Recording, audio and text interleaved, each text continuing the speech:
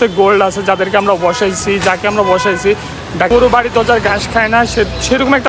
Hello my family, আসসালামু আলাইকুম। আপনারা সবাই কেমন আছেন? আশা করি অনেকটাই ভালো আছেন। তো নতুন একটা ব্লগ ভিডিও নিয়ে আপনাদের মাঝে উপস্থিত হয়ে গেছি। আপনারা সবাই কেমন আছেন? তো আজকে সারাদিন কী করে না করে আমার সেই সব বিষয় নিয়ে ব্লগ ভিডিওটি। তো সকালবেলা বাজার করতে যাবো, তো গ্যাস যাইতেছি হচ্ছে আপনার কিছু বাজার করতে হবে। সকালবেলা চাউল কিনতে হবে, কাঁচা বাজার আছে, মাছ আছে, সব কিছু আছে। এখন রান্নাবান্না করবো, কি রান্না করবো সেটা দেখে থাকুন। আর এখন যাবো হচ্ছে চাউল আনবো, 1 কেজি। আর এই যে পরোটা খাবো বড় ভাইয়ের কাছে, খাওয়া দাওয়ার খেয়ে রান্নাবান্না করবো, রান্নাবান্না করে আবার দোকানে বেরিয়ে যেতে হবে। তো গাইজ অবশেষে কষ্ট করে রান্নাবান্না করে শেষ বেশ দিয়ে তারপর হচ্ছে ভাত খেতে বসে গেছি গা। এই যে ফুলকপি আর হচ্ছে তেলাপিয়া মাছ দিয়ে, না তেলাপিয়া মাছ না, কাতল মাছ দিয়ে রান্না করছি।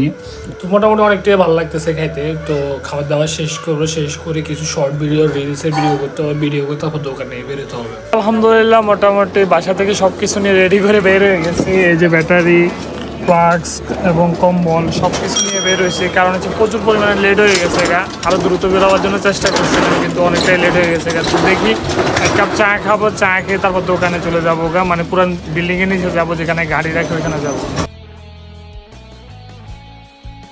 মোটামুটি দোকান নিয়ে বের হয়ে গেলাম। বাসা থেকে বের হয়ে গাড়ি রেডি করে বের হয়ে এখন মেন রোডে যাবো। আর এই যে গাড়ি আর সেক্টর কর্নারে আছি। আর আরেকটা বিষয় আপনাদেরকে বলি, যে বিষয়টা হচ্ছে যে কি, আমি আজকে টিকটকে ঢোকার পরে হঠাৎ করে দেখতেছি যে কি, মানে যে ইন্ডিয়া আমাদের দেশের পাশে বর্ডার দিতেছে। যে জায়গায় বর্ডার ছিল না, তার কাটা ছিল না, সে জায়গায় তার কাটা দিতেছে। তো আমাদের বিজেপিরা মানে এটা নিয়ে প্রতিবাদ জানাইছে। সত্যি কথা যেটা, আমরা ছোট্ট একটা দেশ, যে দেশটা ছোট্ট একটা কান্ট্রি, ইন্ডিয়াকে 7 ভাগ করলে ছোট্ট একটা দেশে অবশ্যই দেশে থ্রেট দিতেছে।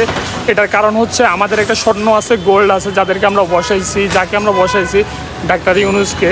আর এটা আমাদের গ্রামবাসী একটা কথা আছে না, গরু বাড়ি দরজার ঘাস খায় না, সেরকম একটা কথা বলি আপনাদেরকে। আমরা ডাক্তার ইউনূসকে চিনি না, এবং তিনি কত মর্যাদাপূর্ণ একটা মানুষ, যারা জানে তারা বলতে পারবে। আর কিছু মানুষও তার পিছনে অলটাইম এখন বেজে আছে, তার পিছনে কথা না বললে তাদের পেটের ভাত হজম হয় না। তো আপনাদের কাছে বিশেষভাবে অনুরোধ, ইনশাল্লাহ দেশের যে কোনো সময়, যে কোনো খারাপ পরিস্থিতিতে আপনারা সবাই পাশে থাকবেন, দেশের পাশে থাকার জন্য চেষ্টা করবেন। আপনি যে মাটিতে জন্মগ্রহণ করছেন সেই মাটিকে ভালোবাসার জন্য চেষ্টা করবেন। এবং মেন রোডে যাওয়ার পরে আপনাদের সাথে কথা হইতেছে। তো গাইজ আলহামদুলিল্লাহ মোটামুটি দোকানদারি শেষ করে বাসার দিকে চলে যেতেছি। দোকানের ভিডিও দিতে পারি না। আর আজকে তো গ্লাস নেই পরে, আমার 2টা পয়েন্ট সাজাইছিলাম, এখনও কাঠ যেভাবে ছিল ওইভাবে লাগাই রাখছি। আর এটা মশলাগুলো 5 টাকা করে বেশি, মোটামুটি ভালো বেচা কিনে হয়েছে মশলা। সত্যি কথা যেটা আলহামদুলিল্লাহ, যেটাই উঠায় দোকানে মোটামুটি আলহামদুলিল্লাহ কম বেশ বেচা কিনা হয়।